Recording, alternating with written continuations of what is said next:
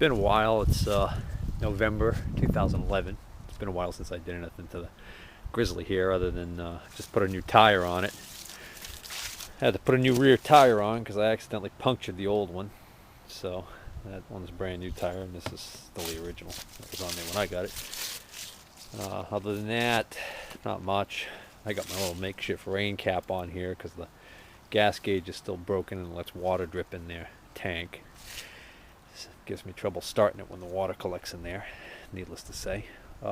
Today I got one other bit of housekeeping I want to try and take care of. This is the air filter assembly here. I've got the cover for it, but inside the whole air filter and the parts, components to the air filter were missing when I got it. So I started to check into the pricing on the parts, and what I actually need is there's a part that the actual foam filter sits on. It's almost like a little frame assembly, and then there's an end cap that goes on that, and then there's the foam filter itself, and then I need this gasket because the one that was in here was all dry rotted. And you start adding all that stuff together, and if you buy it all new, it really gets expensive quick. I mean, some of the stuff's just ridiculous. Like the plastic, the frame thing here that the foam's supposed to sit on is like $30 is the best price I found. And that doesn't even come with the end cap piece that, like a plate that goes on the end there. Then there's a screw that holds it on. That's like another $8 or something like that. And then so as luck would have it, eBay comes through again. Found a guy parting out a Grizzly, and lo and behold, for $20, he sold me, and free shipping, he sold me the whole airbox cleaner assembly, which supposedly has the stuff inside it. We're going to find out in a minute. And the only thing that he mentioned about this airbox was that he couldn't get one of the screws out. So we're going to see what we can do about getting this open and see what's inside. Well, I definitely see what he meant. All of these screws came out easily except for this one screw.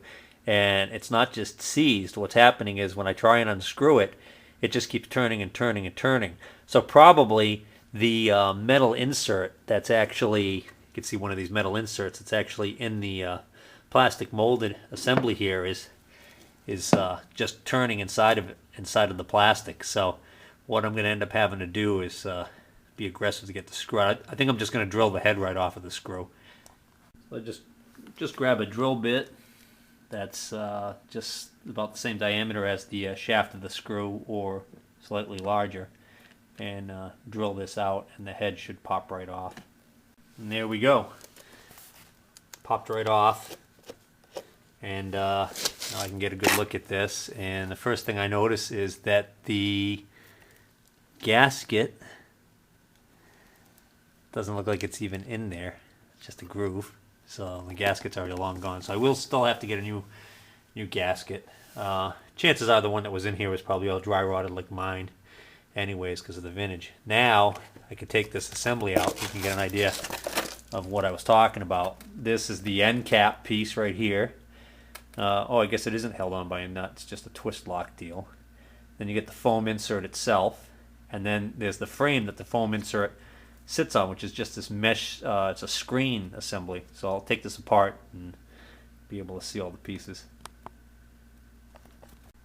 So basically what you got is you've got this frame assembly, which has got a screen that the foam filament slides over.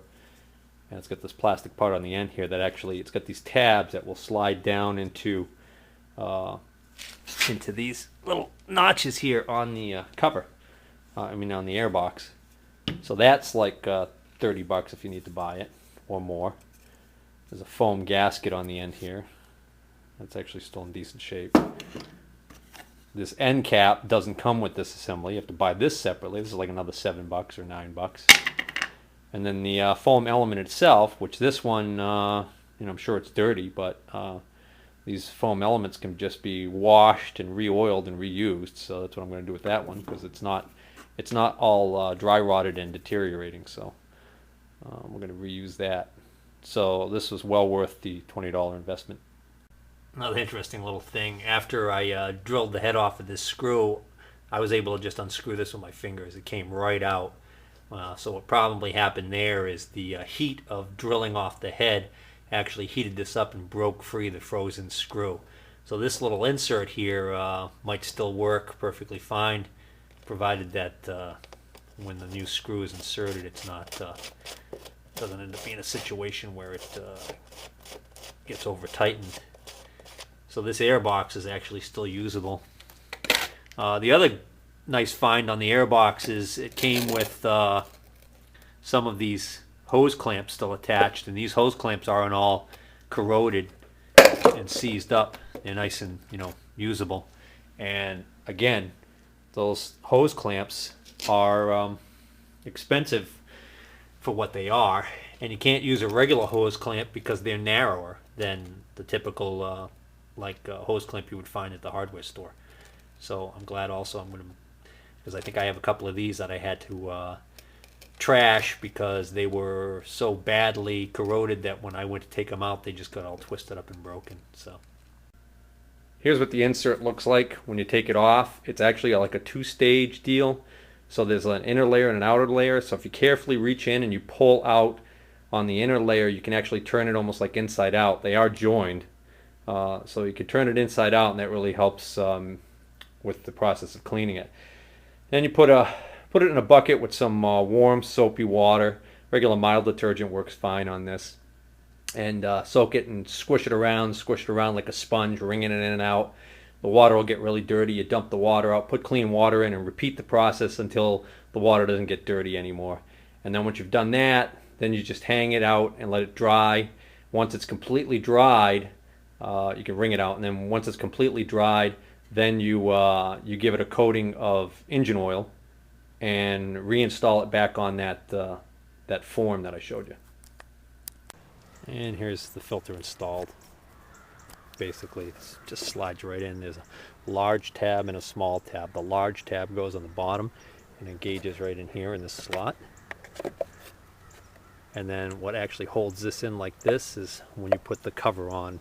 The cover's actually got a part that will push this in like this and hold that and make that seal. Well, I can't currently find the lid that came with this ATV. When I got it, as you might have seen in earlier videos, the cover was just loosely in here and the screws were missing. So actually it's another good thing, because now I get some free screws instead of having to go buy the little metric screws that were missing. Anyways, so the cover, this was just laying in here, so this was already taken out of the cover, and to get this into the cover you have to pop this in, which is kind of a pain. So it's actually going to be easier for me. I just disconnected this line, breather line, and reconnect it to the new cover that I got, and just install this cover and screws on my box. Alright, so I got the cover installed, and the only thing really missing now is the one of the screws here, and of course the gasket, which I'll order the gasket at some later date. I don't want to pay the shipping on one little gasket, so I'll wait until I've got some other stuff on order. As a side note, I was working with the quad last a couple of weeks ago. Needed to pull something heavy and use the winch for the first time since I had repaired the winch, and the winch worked awesome. I mean, it was really great. It was really useful. I was able to hook up to something I couldn't quite reach into the woods and get. Hooked the winch up and pulled it out with the winch, and then once I got it close, I was able to just put it in reverse and four-wheel drive and back right out. It was great. And then what happened was I retracted the cable in for the normal way to stow it, and everything was fine. And what ended up happening was I started to smell something burning, and I couldn't figure out what it was. I drove back over here to the house, and as I was driving over, it was getting dark enough. I had the headlights on. I actually saw smoke coming up in front of the headlights. So I quickly got back over here to the house and shut it down, and I got a flashlight and checked the engine, and everything was fine. And then I realized, much to my horror, what I was smelling was the winch. What had happened was this butterfly switch had gotten stuck apparently, and was still sending power to the winch to retract the cable. The cable was fully retracted as far as it could go up to this stop right here. So the winch was trying to pull the cable in even though it couldn't go any further. So it then started to burn up, and I was hoping there was some kind of a thermal reset or something that after it cooled down maybe it would be okay, but it's dead. So my winch motor is trashed, which is kind of sad because, you know, it was kind of a freebie that I got the winch to work at all after taking it all apart and cleaning it up, putting it back together. Was really happy about having a winch, especially since I know how much these winches cost. So now I don't know what I'm going to end up doing. I'm probably not going to want to spend the money on a new winch. So maybe if I can find a new motor cheap enough, I'll just put a new motor on it. But worry about that some other time. But just thought I'd mention it because I did notice there was a kit available to change over this butterfly switch to a handlebar mounted switch, and it actually, I guess, has solenoids, so you can use a low current switch on the handlebars to activate solenoids to run the winch from the handlebars instead of this butterfly switch. So I don't know whether or not people have had trouble with these switches in the past, or whether or not that's just a convenience measure to have the handlebar mounted switch. But needless to say, if I do get this winch running again, I'm going to either get that kit and switch it over, or I'm going to be extra careful in the future about this switch. Alright, last thing I need to do now regarding this airbox and air cleaner installation is I'm going to readjust the pilot screw on the bottom of the carburetor, because now I've changed the flow characteristics. Now I'm putting a little bit of a restriction on the intake of the carburetor, which is actually what the carburetor wants to see, because this is a constant velocity, I think is what they call it. Yeah, constant velocity carburetor. So it's got that diaphragm that actually opens up that gate. I don't know if you've seen any of my videos where I had those carburetors apart and was cleaning them. But anyways, the idea is that you actually want a little bit of restriction on there. So that's what the air filter will do for you. And once you put that on there, it should help with my my performance as opposed to no air filter, which is what I was running before. So I'm just going to warm the engine up and adjust that, and I'll be done. But I'm not going to bother showing that on the video because I've done that a million times.